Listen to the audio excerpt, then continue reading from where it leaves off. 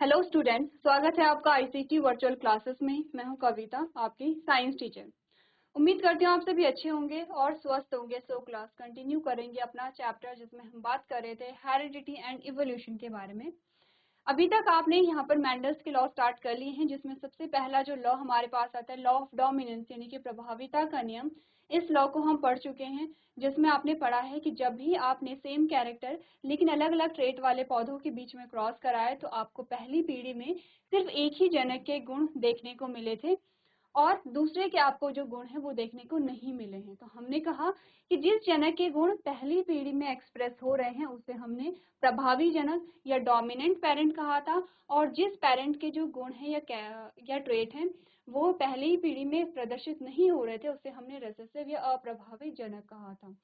हमने यहाँ पे क्या कहा था कि जब भी जो डोमिनेंट पेरेंट है या जो प्रभावी जनक साथ में होता है तो वो रिसेसिव पेरेंट के कैरेक्टर या उसके गुणों को क्या कर लेता है, सप्रेस कर लेता है, हाइड कर लेता है। ठीक है, इसके बेसिस पे हमने क्या किया था, फिर हमने F1 जनरेशन के बीच में क्रॉस करवाया और उसके बेसिस पे हमारे पास क्या है F2 जनरेशन आई थी, जिसमें हमारे पास दो प्रकार के क्रॉस आए थे, जीनोटिपिक रेशियो और फिनोटिपिक रेशियो की हमने बात की थी। ये आपके पास कुछ रेशियो आए थे, जीनोटिपिक रेशियो और फिनोटिपिक रेशियो, जिसमें जीनोटिपिक रेशियो में हमने पढ़ा था 1:2:1 एंड फिनोटिपिक रेशियो 3:1 हमारे पास आया था। तो ये सारी चीजें हम पढ़ चुके हैं, आप लोगों ने घर से किया होगा, क्रॉस आपने किया होगा। नेक्स्ट हम यहाँ पे बात कर रहे थे लॉ ऑफ सेग्रीगेशन से पहले इस लॉ के कुछ एक्सेप्शन हमारे पास आते हैं, जिसमें दो एक्सेप्शन की हम बात कर चुके हैं। कौन कौन से वो थे? सबसे पहले आपने कहा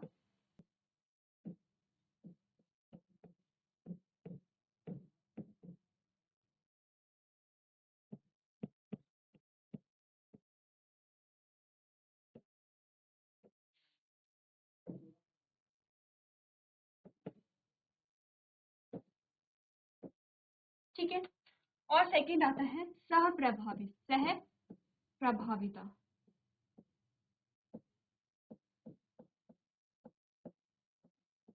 जिसमें आपने क्या बात की है, कोडोमिनेंस की बात की है।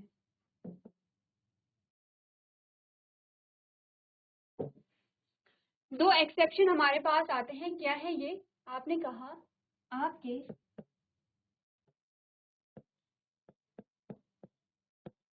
प्रभाविता के नियम के अपवाद।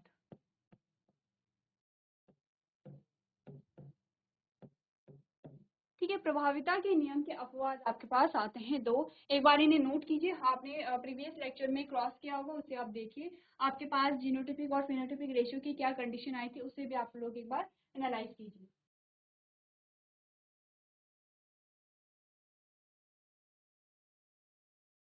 चलिए, अब हम हमारा जो सेकंड लॉ है जिसमें हम बात करेंगे लॉ ऑफ सेग्रीगेशन के बारे में। क्या कहता है लॉ ऑफ सेग्रीगेशन?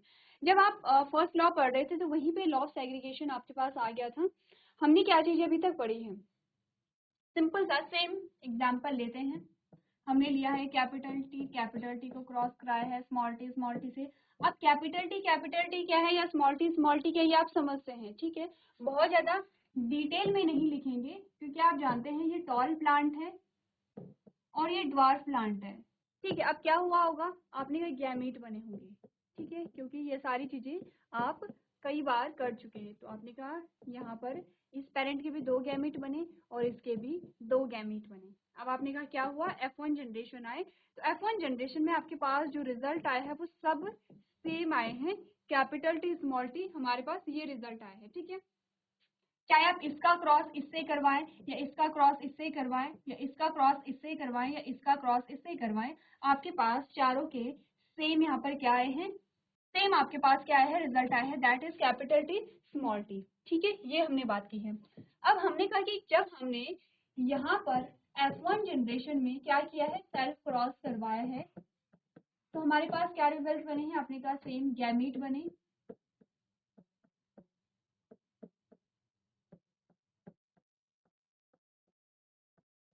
अब गैमीट के प्रकार और गैमीट के नंबर में क्या डिफरेंस है, सिमिलैरिटी है, डिफरेंस है, वो आप लोग ध्यान देते रहेंगे। छोटी छोटी चीजें हैं, अब आप लोग प्रैक्टिस करते रहेंगे, ठीक है। अब हमने कहा F2 जनरेशन हमारे पास क्या आई थी, आपने कहा F2 जनरेशन हमारे पास कुछ ऐसे आई थी, capital T small T, capital T capital T, capital T small T, capital T small T and small T small T, ठीक है, क्लियर है। अब हमने क्या बोला, हमारे पास 4 प्रकार के अलग अलग क्या आए हैं, रिजल्ट आए हैं, जिसमें हमने कहा कि ये क्या है, टॉल है और ये क्या है, ड्वार्फ है। अब ये सारी चीज हम सेम कर रहे हैं, अभी लॉ ऑफ डोमिनेंस को ही हम यहाँ पर देख रहे हैं। लॉ ऑफ सेग्रीगेशन क्या अलग आपको बता रहा है, हमने कहा लॉ ऑफ सेग्रीगेशन कहता है कि जब भी यहाँ पर गैमीट बनते, गैमीट तो हमेशा बनेंगे ही, क्यों बनेंगे, क्योंकि गैमीट जब बन रहे हैं तो नंबर ऑफ क्रोमोसोम हाफ हो रहा है। हम दो चीजें पढ़ते हैं, डिप्लॉइड एंड हैप्लॉइड। हमने कहा हम दो चीजें पढ़ते हैं, एक होता है डिप्लॉइड, इसका मतलब है फुल नंबर ऑफ क्रोमोसोम्स, यानी कि गुणसूत्रों की पूर्ण संख्या।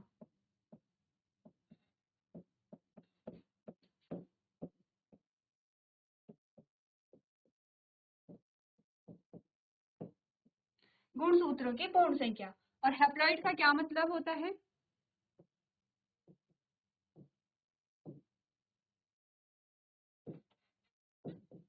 हाफ नंबर ऑफ क्रोमोसोम, यानी कि गुणसूत्रों की आधी संख्या।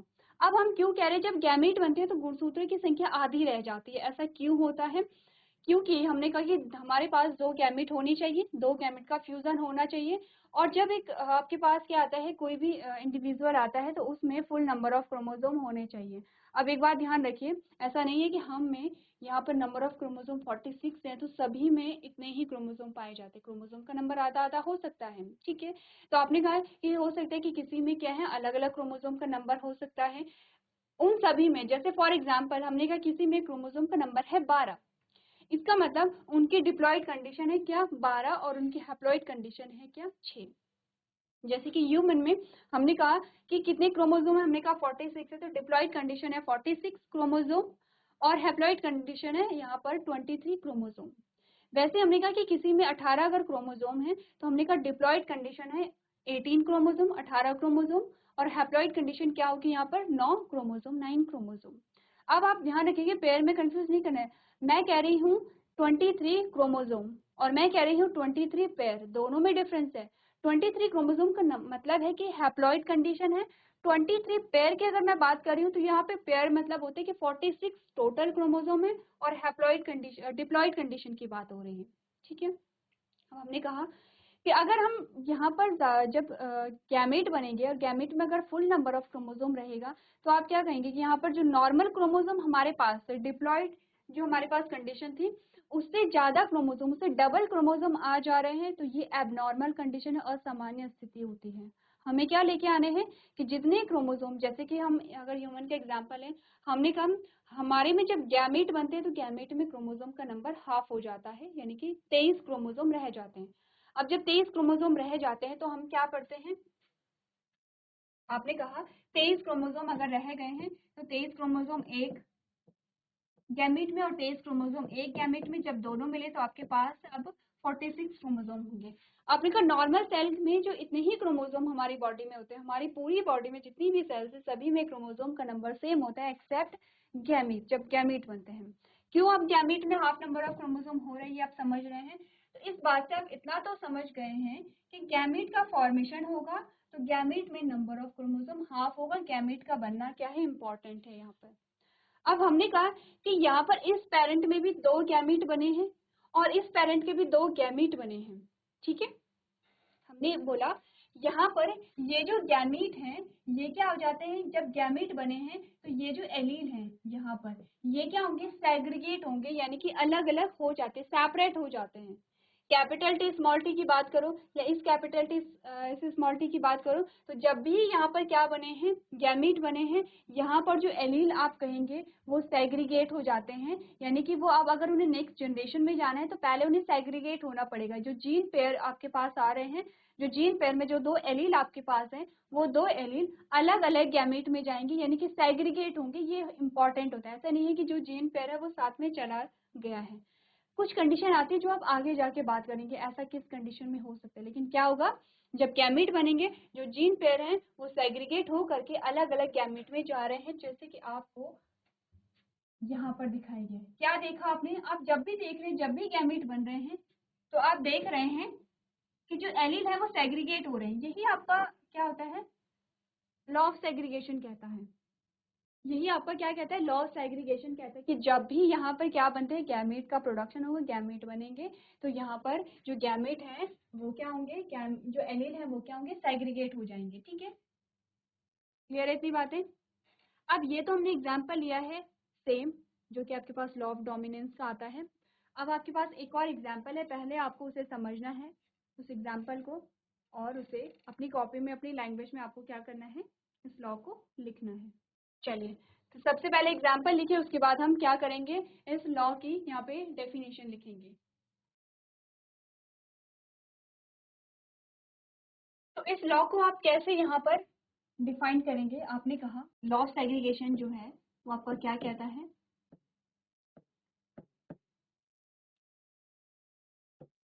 जब 2 पेरेंट, कौन से, या फिर सेम स्टेटमेंट लिखिए कि जब समान गुण व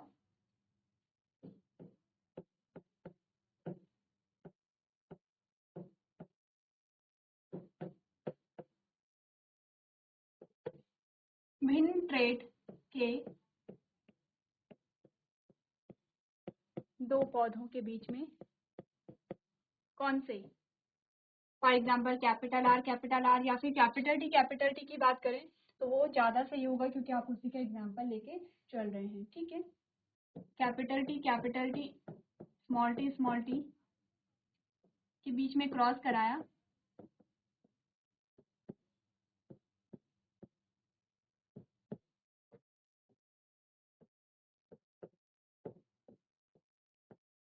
तो F1 जनरेशन में आपको क्या मिली, कैपिटल टी स्मॉल टी, यानी कि F1 जनरेशन में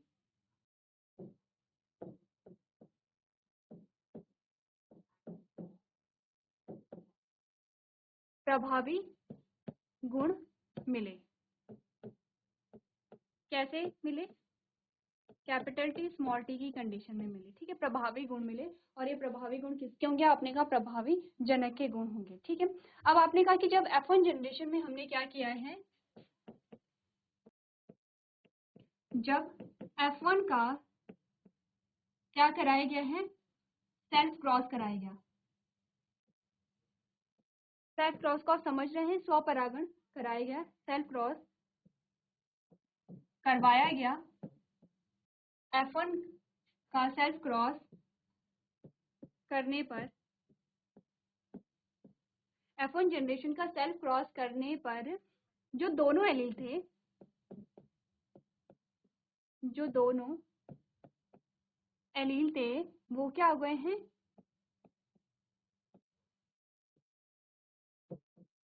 एक दूसरे से पृथक होकर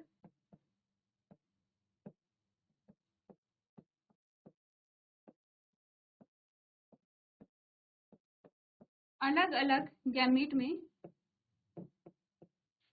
या अलग अलग युग्मक में चले जाते हैं। इसी को हम क्या कहते हैं, इसी को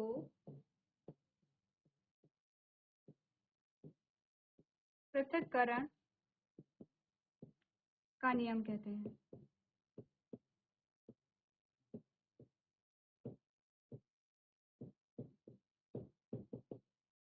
अब पढ़िए चीजों को और समझिए क्या बोला गया है।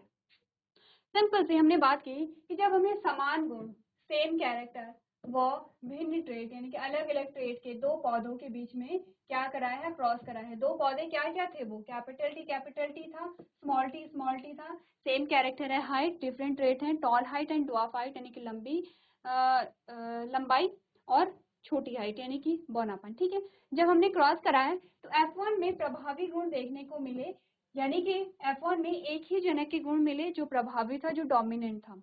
अब जब हमारे पास डोमिनेंट क्या है, यहाँ पे कैरेक्टर आए हैं, किस फॉर्म में आए हैं, आपने कहा ये संकरित रूप में है, ये प्योर टॉल नहीं है बल्कि संकरित हाइब्रिड टॉल है या संकरित लंबा पौधा था, जिसमें आपने कहा कि किस टाइप के आपको एलील मिले हैं, हेटेरोजाइगस। कैसी कंडीशन मिली आपको, ये हेटेरोजाइगस कंडीशन मिली। ठीक है, यहाँ पर आपको हेटेरोजाइगस कंडीशन मिली। तो आपने कहा ये हेटेरोजाइगस कंडीशन में थे, लेकिन क्या हुआ, F1 जनरेशन का जब क्या किया गया, F1 जनरेशन का जब सेल्फ क्रॉस कराया गया या स्वपरागण कराया गया, तो हमें क्या देखने को मिला, हमने कहा जब क्या हुआ, F1 जनरेशन का सेल्फ क्रॉस या स्वपरागण करने पर दोनों एलील क्या हो गए हैं, जो दोनों एलील थे वो एक दूसरे से पृथक होकर अलग अलग युग्मक में चले जाते हैं, और इसी को हम क्या कहते हैं, लॉ ऑफ डोमिनेंस भी, लॉ ऑफ सेग्रीगेशन यानी कि पृथक्करण का नियम कहते हैं। चलिए ठीक है, इसी को हम क्या कहते हैं, पृथक्करण का नियम भी कहते हैं। तो मेन हम बात क्या किसकी कर रहे थे, मेन हम बात कर रहे हैं यहाँ पर किसकी, एलील की। मेन हम बात कर रहे हैं किसकी, एलील की बात कर रहे हैं कि एलील है, जब गैमेट बनेंगे तो चाहे होमोजाइगस कंडीशन में चाहे हेटेरोजाइगस कंडीशन में एलील सेग्रीगेट हो रहे हैं। यहाँ पर भी आपको क्या है, अलग अलग एग्जांपल दिए गए हैं, जैसे कैपिटल वाई येलो है, स्मॉल वाई ग्रीन है। अब आपने कहा जब यहाँ पर गैमेट बने हैं तो ये दोनों भी सेग्रीगेट होंगे, ऐसा नहीं है कि होमोजाइगस जो एलील है वो सेग्रीगेट नहीं हो रहे, ये सेग्रीगेट हुए तो एक एक यहाँ पर क्या बने होंगे, और गैमेट बने होंगे। फिर आपने कहा जब हेटेरोजाइगस कंडीशन आए तब भी ये सेग्रीगेट हुए हैं आपस में, तो क्या हुआ, इसी को हम क्या कहते हैं, लॉ ऑफ सेग्रीगेशन कहते हैं, पृथक्करण का नियम कहते हैं। इजी है, कुछ डिफिकल्ट नहीं है। अगर आप पहला लॉ समझ गए तो सेकंड लॉ आपका बहुत इजी लॉ है, जिसमें आपको सिर्फ ये समझना है गैमीट बन रहे हैं, और ये प्रैक्टिकल चीजें जो आप करते चले आ रहे हैं, आप देख रहे हैं कि जब भी गैमीट बन रहे हैं तो यहाँ पे एलील सेग्रीगेट हो रहे हैं और अलग अलग गैमीट में जा रहे हैं। ठीक है, तो जो चीज आप कर रहे थे उसी को आपको एक लॉ के रूप में आपको बताया गया है। साथ में आप ये भी जाने कि एलील क्यों सेग्रीगेट हो रहे हैं। ठीक है, आप ये भी जाने क्योंकि आप नंबर ऑफ क्रोमोसोम हाफ हो रहा है। तो एलील कैसे थे, एलील एक्चुअली में थे कैसे, एलील की पोजीशन कैसे थी, आपने कहा ये है क्रोमोसोम, ये एक पेयर क्रोमोसोम है, इसी प्रकार से हमारे पास 23 जोड़ी क्रोमोसोम होते हैं। ठीक है, अब हमने कहा कि एक कैपिटल टी यहाँ पे था, एक कैपिटल टी यहाँ पे था, क्योंकि नंबर ऑफ क्रोमोसोम हाफ होना है, तो हमने कहा ये क्रोमोसोम एक गैमेट में गया, ये क्रोमोसोम एक गैमेट में गया, तो इस क्रोमोसोम के साथ ये जो एलील है ये अलग हो गया है, और ये जो एलील है ये अलग हो गया है। ठीक है, क्लियर है, तो एक बार आप लोग इसे पढ़ सकते हैं और नोट कर सकते हैं।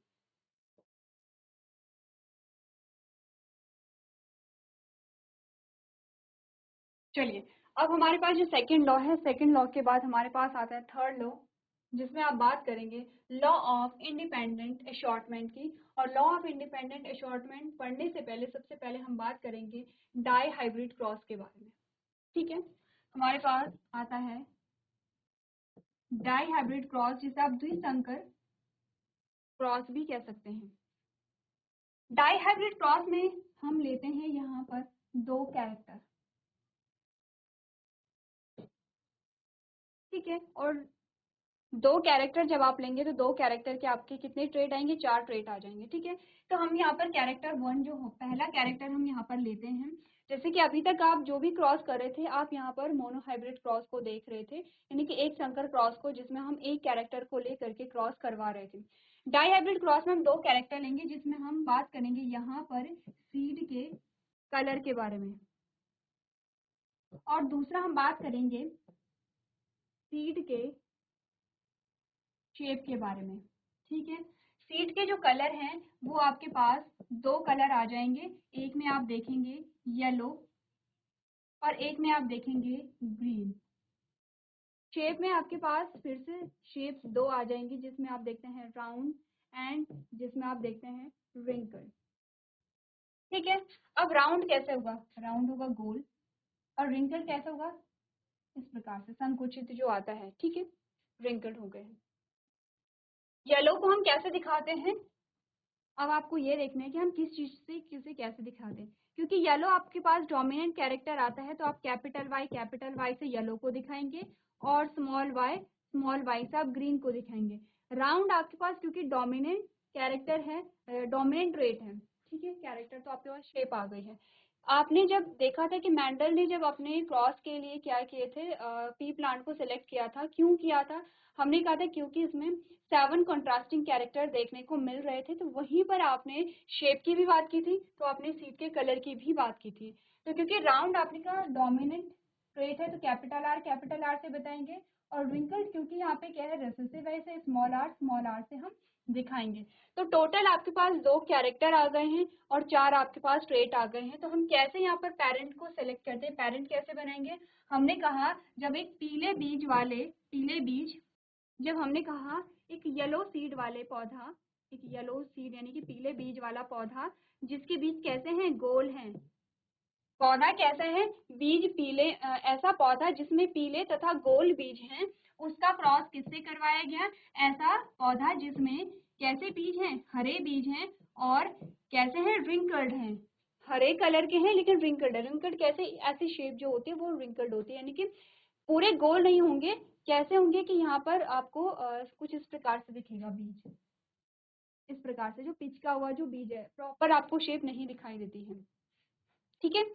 तो अब हमने क्या बोला, ये हमारे पास पेरेंट आए हैं, ये डाई हाइब्रिड क्रॉस है। डाई हाइब्रिड में आपने क्या बोला?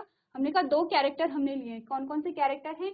एक कैरेक्टर तो ये है और दूसरा कैरेक्टर ये है, ठीक है। अब हमने कहा कैरेक्टर यानी कि आप सबसे पहले बात किसकी कर रहे हैं, कलर की। ये कैरेक्टर हम येलो को या राउंड को हम कैरेक्टर नहीं कह रहे हैं, हम कैरेक्टर कह रहे हैं कलर को और शेप को हम कह रहे हैं, क्योंकि ये दोनों जो है येलो और ग्रीन किसकी बात कर रहे हैं, सीड के कलर की बात कर रहे हैं। या राउंड और विंकल्ड किसकी बात कर रहे हैं, सीड के शेप की बात हम कर रहे हैं, ठीक है। तो ये डाई हाइब्रिड के आपके पास पेरेंट बनते हैं। अब आपको करना है क्या, कोशिश कीजिए इनका क्रॉस आप जब आप करवाएंगे तो क्रॉस करेंगे, इनका F1 जनरेशन आप निकालेंगे। सेम वैसे ही करेंगे, सबसे पहले क्या बनेंगे, गैमीट बनेंगे। गैमीट आप क्रॉस करवाएंगे और F1 जनरेशन में आपके पास क्या आया, क्या कैरेक्टर आई, वो प्रदर्शित आप करेंगे, ठीक है। इसके बाद अगर किसी का यहाँ तक का जो रिजल्ट है वो सही आता है, वो F2 जनरेशन भी निकाल सकते हैं। सेम आपको F1 जनरेशन के बीच में सेल्फ क्रॉस करवाना है और इस प्रकार से आपके पास 16 रिजल्ट आएंगे, 16 ऑफस्प्रिंग आएंगे या फिर 16 आपके पास क्या आते हैं, प्लांट आते हैं। उनके क्या रिजल्ट आए उसके बारे में हम बात करेंगे। तो आप लोग कोशिश करके देखेंगे। नेक्स्ट जो हमारा लेक्चर होगा उसमें हम देखेंगे डाई हाइब्रिड क्रॉस में हम किस प्रकार से क्रॉस करते हैं और क्या कहता है आपके पास लॉ ऑफ इंडिपेंडेंट अशॉर्टमेंट यानी कि पृथक्करण का नियम। तो आज के सेशन में हम इतना ही करेंगे। जो चीजें आपको रिवाइज करने के लिए बोली गई हैं वो आप लोग घर से करके लेके आएंगे। तो आज के सेशन में इतना ही करेंगे। अभी तक क्लास में बने रहने के लिए आपका धन्यवाद।